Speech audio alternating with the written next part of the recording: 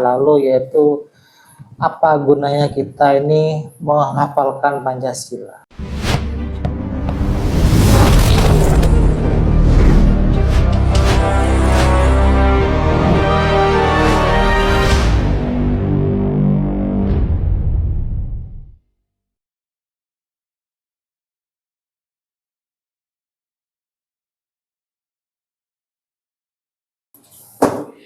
Assalamualaikum warahmatullahi wabarakatuh. Welcome back to EduTalk, Edukasi and Talk. Hai, halo sobat masa, Iqbar di sini dan kamu lagi dengerin EduTalk edisi ngobrol bareng. Apa sih arti Pancasila buat kamu? Nah, kali ini kita bakal ngobrol santai tapi bermakna bareng narsum kece yang insya Allah bakal nambah wawasan kita. Langsung aja kita sapa Ustadz Rian. Assalamualaikum Ustadz, gimana kabarnya hari ini Ustadz? Waalaikumsalam warahmatullahi wabarakatuh. Alhamdulillah saya diberikan kesehatan sampai dengan sejauh ini. Masya Allah, Alhamdulillah. Ustadz Rian ini adalah salah satu guru yang sering banget ngasih insight keren soal nilai-nilai kebangsaan. Dan hari ini beliau bakal nemenin kita bahas topik yang kadang kita dengar tapi jarang kita dalemin, yaitu tentang Pancasila. Oke, langsung aja Ustadz. Sebagai anak muda ya Ustadz, kayak Gen Z, Gen Alpha, kadang kita suka dengar kata Pancasila, tapi gak semua benar-benar paham maknanya. Nah, kalau menurut Ustadz, seberapa penting sih kita buat ngerti arti Pancasila itu sendiri, Ustadz? Ya, seperti yang kita ketahui bahwasanya selama ini kita sering mengenal tentang Pancasila dari waktu ke waktu semenjak dari kita belajar dari SD. Setiap kali kita upacara, sampai dengan akhirnya kita setiap hari belajar dan bersinggungan dengan Pancasila. Namun ketika kemudian kita ini didekatkan dengan pentingnya apa generasi Gen Z itu kemudian dengan Pancasila, kita harus ingat bahwasanya Pancasila itu adalah kompas, arah perjuangan bagi warga negara Indonesia, khususnya Gen Z sebagai pelajar agar tidak ketinggalan dari pusaran zaman yang sangat masif sekali ya. Kita tahu bahwasanya dulu ada ini, sekarang adanya begini. Sekarang kita punya begini, dulu tidak ada. Jadi dalam hal ini Pancasila itu menjadi salah satu kompas untuk akhirnya kemudian kita ini memiliki cara atau arah untuk kita bisa melangkah dan sesuai dengan nilai-nilai Pancasila yang ada pada saat ini. Terus Ustadz, kalau ngomongin soal prakteknya nih, kira-kira tantangan terbesar buat ngelakuin nilai-nilai Pancasila in our daily life itu apa sih Ustadz? Ya, tantangan terbesarnya bagi generasi muda itu sebenarnya adalah pertama kejujuran, yang kedua adalah konsistensi. Selama ini kita mengakui bahwasanya oke, Pancasila itu ada di dalam kehidupan kita, tetapi ternyata jujurly ya, pada kenyataan pada umumnya kita ini tidak melakukannya. Kita tahu bahwasanya beribadah kepada Tuhan Yang Maha Esa itu adalah merupakan suatu hal yang wajib bagi hambanya. Tapi ternyata 1-2 orang ketika di bulan puasa dia tidak melakukan sholat, tidak melakukan puasa, yang akhirnya kemudian ini menjadikan kita ini tidak jujur. Yang kedua adalah konsisten. Bagaimana kita itu bisa melaksanakan hal apapun dalam Pancasila ini secara konsisten.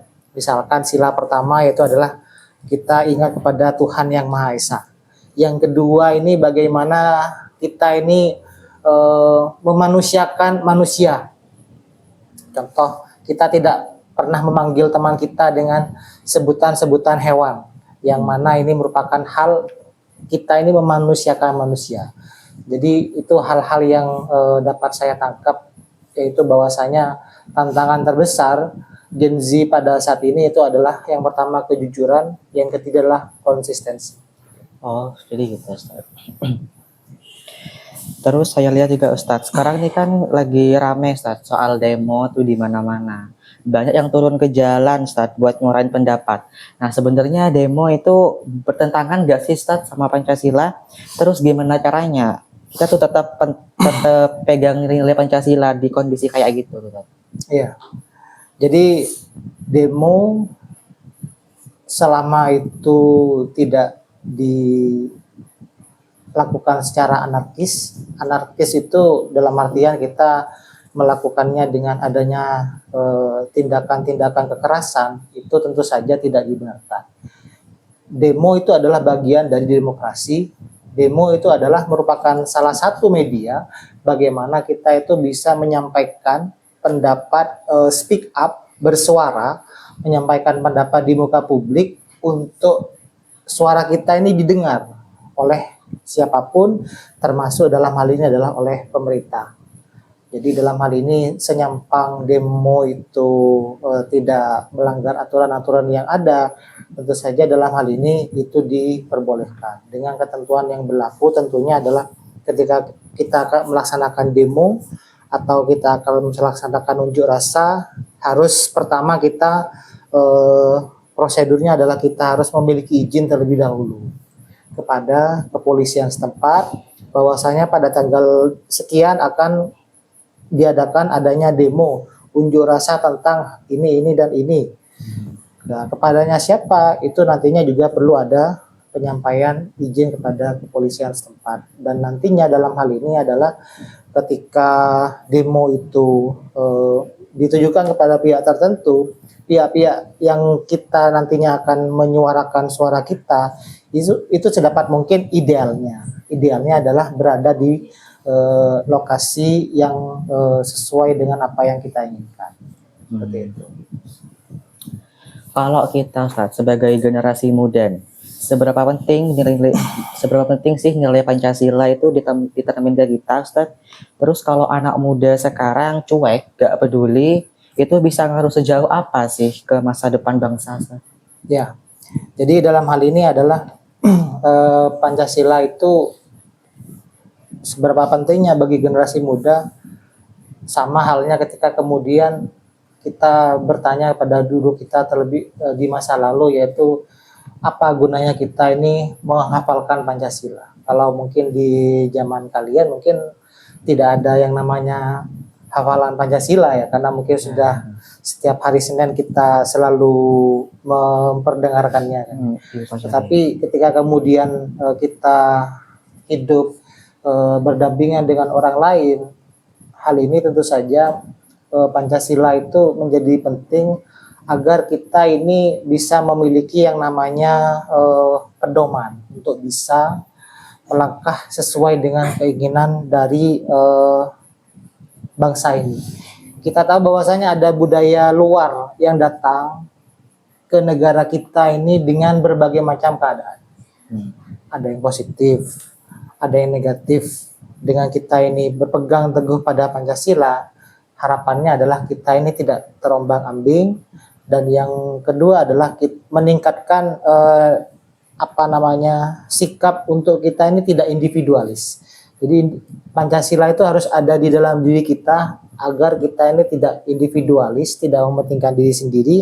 Yang kedua adalah yaitu kita menjauhkan diri dari yang namanya apatis atau yang namanya perilaku-perilaku yang menjauhkan kita dari yang namanya perilaku yang Pancasilais. Selain itu zaman sekarang tuh udah makin modern ya, serba global, serba digital juga. Menurut Ustadz, gimana sih caranya nilai-nilai Pancasila ini bisa tetap relate dan gak ketinggalan zaman? Ya, jadi Pancasila itu fleksibel ya. Pancasila itu fleksibel dalam hal kita memaknainya, tapi tidak bisa diubah substansinya. Substansinya itu adalah isinya. Jadi Pancasila sila pertama ketuhanan yang Maha Esa itu nggak bisa diubah. Tapi kita bisa merubah maknanya. Dengan cara apa? Dengan cara selama ini kita jangan hanya melihat bahwasanya kita ini bisa memiliki pengetahuan dari hanya sekedar dari buku yang ada di sekolah. Kita mungkin bisa memanfaatkan platform digital yang kita punya, misalkan adanya literasi digital. Kemudian ada yang namanya kolaborasi lintas budaya. Selama ini nih misalkan Gen Z ini kayaknya kalau budaya-budaya Korean style atau mungkin berbau apa Korea itu kan sangat antusias sekali ya. Jadi mungkin adanya kolaborasi lintas budaya itu mungkin kita bisa mensinergikan yang namanya Pancasila itu agar tidak tergerus zaman. Kemudian juga adanya kreativitas yang mana itu tetap ada nilai keadaban dan nilai integrasi yang ada di dalamnya. Jadi ketika kemudian adanya kegiatan kita ini bagaimana mengembangkan kemampuan diri kita untuk bisa mengetahui pengetahuan dari luar, misalkan kita berbahasa Inggris. Tetapi kita tetap ingin menjadi orang Indonesia, bagaimana kemudian akhirnya kita ini tetap bisa mengedepankan kita ini berhubungan, berkomunikasi dengan orang luar, tetapi kita ini tetap memiliki adat ketimuran. Jadi tetap kita ini menggunakan unggah-ungguhnya, istilahnya kalau orang Jawa tuh unggah-ungguh ya. Jadi kita ini tetap bisa seperti halnya orang ketimuran, tetapi memiliki yang namanya pengetahuan yang lebih maju. Itu. Oh ya, Ustaz. Ini saya juga bawa beberapa pertanyaan nih, Ustaz, dari teman-teman di Bahasa Takwa. Ya. Pertama nih, soal sila kelima ya. Di situ kan ditulis keadilan sosial bagi seluruh Indonesia. Nah, kemarin itu saya lihat berita tentang 200 plus siswa yang keracunan gara-gara MBG itu, Ustaz. Ya. Tapi sama presiden cuma dianggap enteng, kayak cuma 0,05% doang gitu, Ustaz. Lah, kalau sampai ada yang meninggal, apa masih bisa dibilang adil gak, Ustaz? Ya. Jadi dalam hal ini kalau kalau nyawa anak-anak itu dianggap sebagai sebuah statistik, maka itu bukan keadilan, tapi kelalaian. Jadi dalam hal ini program pemerintah itu sebenarnya baik ya. Baiknya adalah karena tidak semua orang itu mendapatkan nutrisi yang sama dengan orang yang lainnya. Ada yang kita bisa setiap hari melihat makanan yang bergizi, ada mereka yang di luar sana yang mungkin tidak bisa merasakan hal yang sama. Jadi kemudian MBG itu menjadi sebuah program sebagai cara untuk bisa presiden itu menyapa rakyatnya dengan bukti nyata. Nah, kalaulah kemudian ternyata ada kelalaian di sana, ini dalam hal pemerintah ini sebenarnya memang harus adanya koreksi. Siapa penyedianya, kemudian mengapa kemudian nutrisinya itu ternyata berubah menjadi racun yang membahayakan bagi pelajar. Jadi dalam hal ini perlu ada yang namanya upaya bagaimana meningkatkan pengawasan terhadap pihak-pihak atau mitra yang menjadi program makanan bergizi gratis itu. Ya, karena labelnya gratis tentu saja ini orang itu merasa ini adalah sebuah hal yang menggembirakan, karena mungkin bisa jadi ada 1-2 teman kalian yang mungkin tidak sarapan di rumahnya karena waktu belajar yang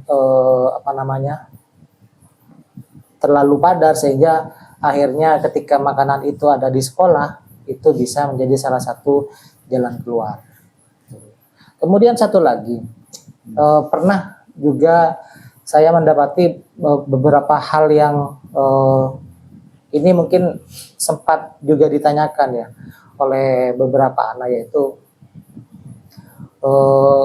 Pancasila itu bagus, tapi kok kenapa banyak yang melanggar? Pancasila itu isinya baik, tapi kok banyak yang melanggar? Sebenarnya ini yang perlu kita koreksi adalah yang dalam hal ini adalah sebenarnya Pancasila itu memang bagus, tetapi kemudian banyak yang mengkhianatinya. Mari kita punya komparasi juga. Jadi komparasinya adalah Quran itu juga bagus kan ya. Tapi kenapa kok banyak yang mengkhianatinya? Sama seperti itu. Jadi ini bukan menyamaratakan Pancasila dan Quran, tidak. Dalam hal ini juga kita ini kan apa namanya, perlu bisa menempatkan diri bahwasanya ketika kemudian ada yang tidak bisa menerapkan Pancasila, kemudian melakukan hal-hal yang di luar dari kebiasaan Pancasila, berarti ada orang yang mengkhianatinya. Dan kita sebagai orang yang memahami hal itu, bahwasanya hal itu perlu ada koreksi, maka kita yang ada di sekitarnya, ayo kita koreksi. Seperti itu. Terus nih, kenapa sih Ustadz pelanggaran HAM masih sering banget kejadian? Padahal sila kedua Pancasila tuh ngomongin soal kemanusiaan yang adil dan beradab. Emangnya itu belum cukup jadi dasar buat kehidupan di negara Indonesia? Ya, bisa jadi Pancasila itu hanya menjadi simbol, bukan arah sebuah kebijakan. Jadi Pancasila itu hanya dijadikan sebagai lambang di depan, tetapi kemudian tidak di apa namanya, di input ke dalam semua kebijakan pemerintah.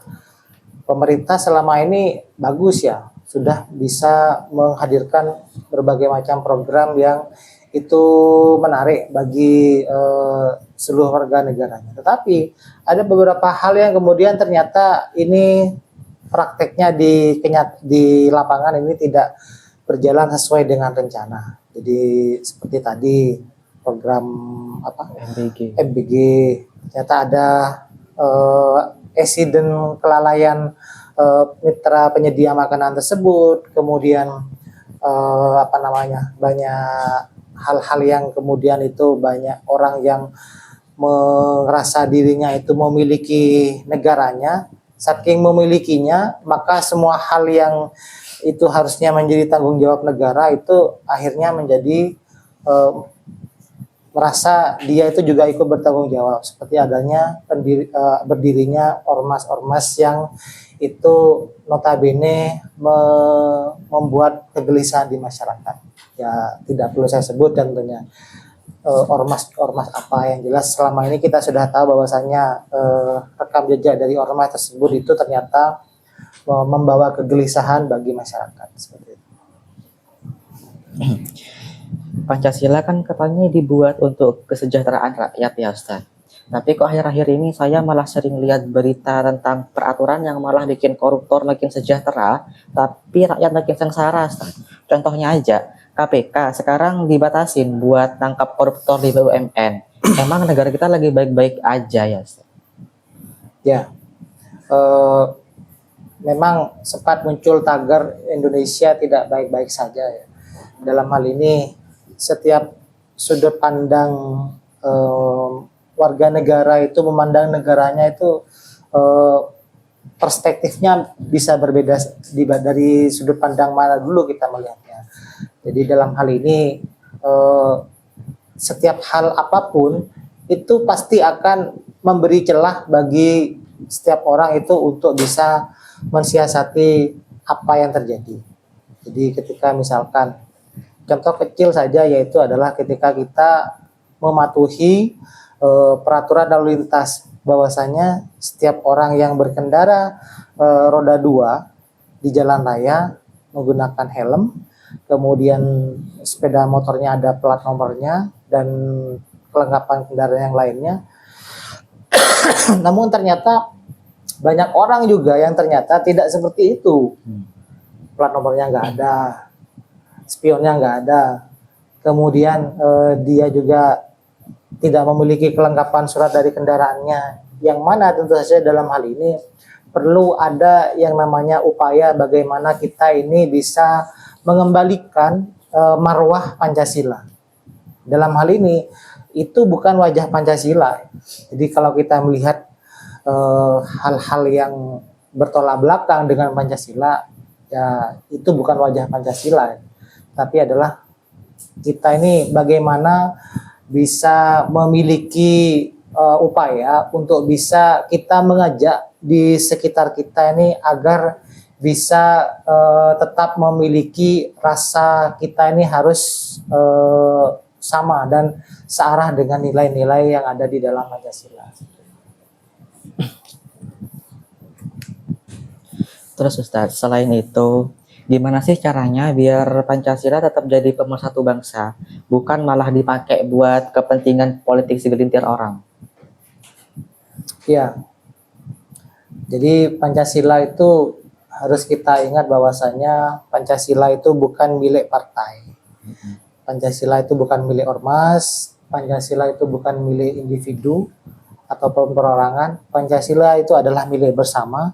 Jadi maka kita ini harus bisa yang namanya menjaga dia dengan semampu yang bisa kita lakukan.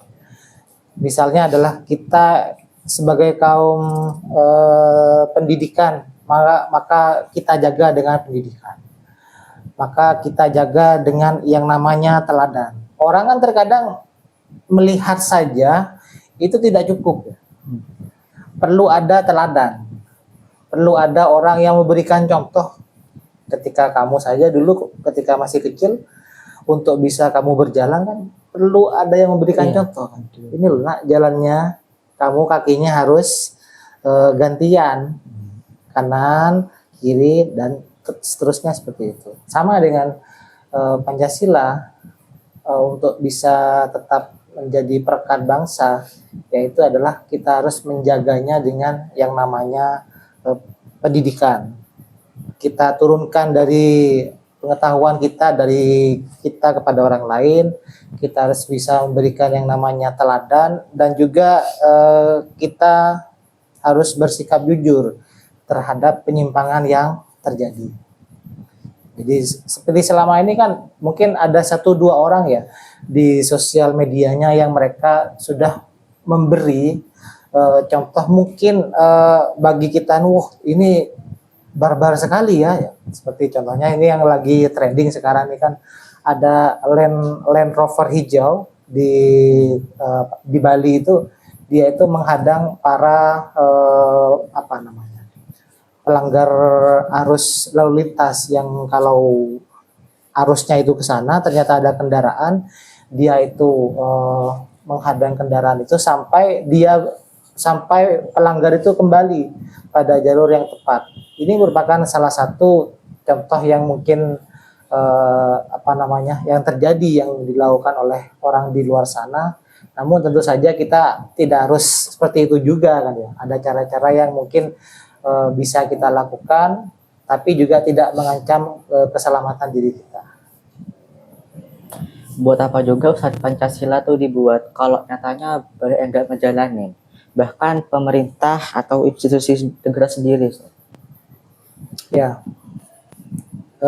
kita harus kembali kepada jati diri Pancasila, bahwasanya kita itu bukan hanya menghafalnya, tetapi juga harus mengamalkannya.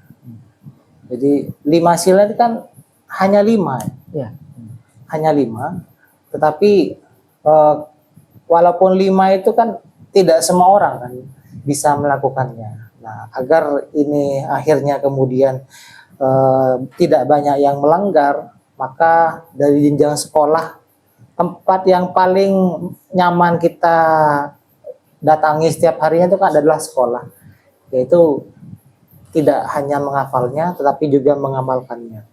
Kemudian kita ini selalu melakukan hal yang setidaknya itu merupakan bagian dari hal-hal yang ada di Pancasila itu sendiri. Jadi kemudian bagaimana sudah adilkah kita kepada teman-teman kita untuk membagi waktu belajar dengan waktu bermainnya. Nah, dalam hal ini itu adalah kita ini bisa menjadi orang yang setidaknya kita tidak hanya menjadi orang yang paham teori, tetapi juga paham secara perbuatan yang harus kita lakukan sehari-hari. Nah, jadi intinya ya teman-teman, sebagai warga negara Indonesia, kita tuh harus cinta sama bangsa kita sendiri. Walaupun banyak tantangan, kita gak boleh lelah buat terus tunjukin cinta ke tanah air. Lewat cinta itu kita bisa rajut persatuan dan bangun Indonesia yang makin keren.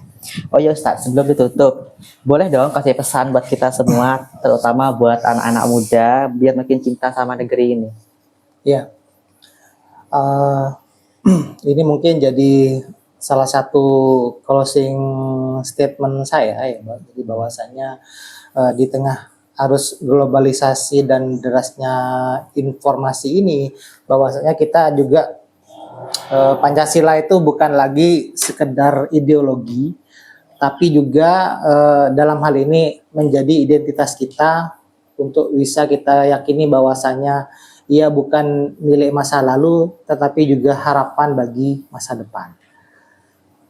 Dalam hal ini kemudian juga sebagai generasi muda, kita tidak boleh hanya mewarisi tanah. Kita kan ketika yang tua lepas dari kehidupan di dunia, maka ada generasi muda. Nah, generasi muda ini jangan hanya mewarisi tanah, tetapi juga nilai. Jadi tidak cukup hanya bangga menjadi orang Indonesia, tetapi juga dalam hal ini adalah bertindak sebagai orang Indonesia yang Pancasilais. Yang perlu saya tekankan di sini adalah mari jadikan Pancasila bukan hanya tulisan di dinding sekolah atau pidato seremonial, tapi nafas di dalam setiap langkah kita. Karena selama Pancasila hidup dalam hati rakyatnya, selama itu pula Indonesia itu akan tetap utuh, bermartabat, dan merdeka seutuhnya. Yang terakhir adalah kita ini adalah generasi penerus, bukan hanya pewaris. Maka jangan mewarisi Indonesia dalam luka, tapi rawat ia dengan cinta dan keadilan. Itu mungkin yang dapat saya sampaikan. Terima kasih. Dengerin tuh kalian. By the way, makasih banyak ya Ustadz Rian udah mau berbagi ilmu ke kita semua. Semoga apa yang Ustadz sampaikan bisa benar-benar bermanfaat dan kita bisa praktekin di kehidupan sehari-hari. Amin. Nah, buat teman-teman semua, makasih juga ya udah dengerin sampai akhir. Semoga obrolan tadi bikin kita makin paham dan makin cinta sama negeri ini. Podcastnya kita tutup dulu ya. Semoga kita bisa ketemu lagi di episode selanjutnya. Wassalamualaikum warahmatullahi wabarakatuh. Bye everyone.